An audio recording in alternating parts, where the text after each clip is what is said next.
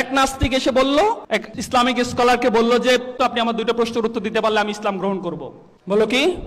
বলল যে যাকে দেখেন না তাকে কেন আপনারা আল্লাহ মানেন, আর শয়তান হচ্ছে আগুনের তৈরি, তাকে আপনি আবার আগুন দিয়ে জ্বালাবেন কেমনে?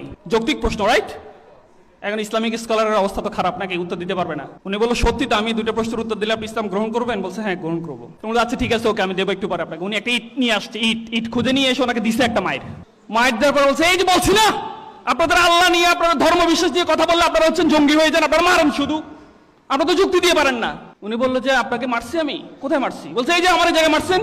তো কই? আমি তো দেখতে পাচ্ছি না। আপনি ব্যথা পাচ্ছেন? হ্যাঁ ব্যথা পাচ্ছি তো অনেক। তো কই, কেমনে ব্যথা পাচ্ছেন? আমি তো দেখি না ব্যথা।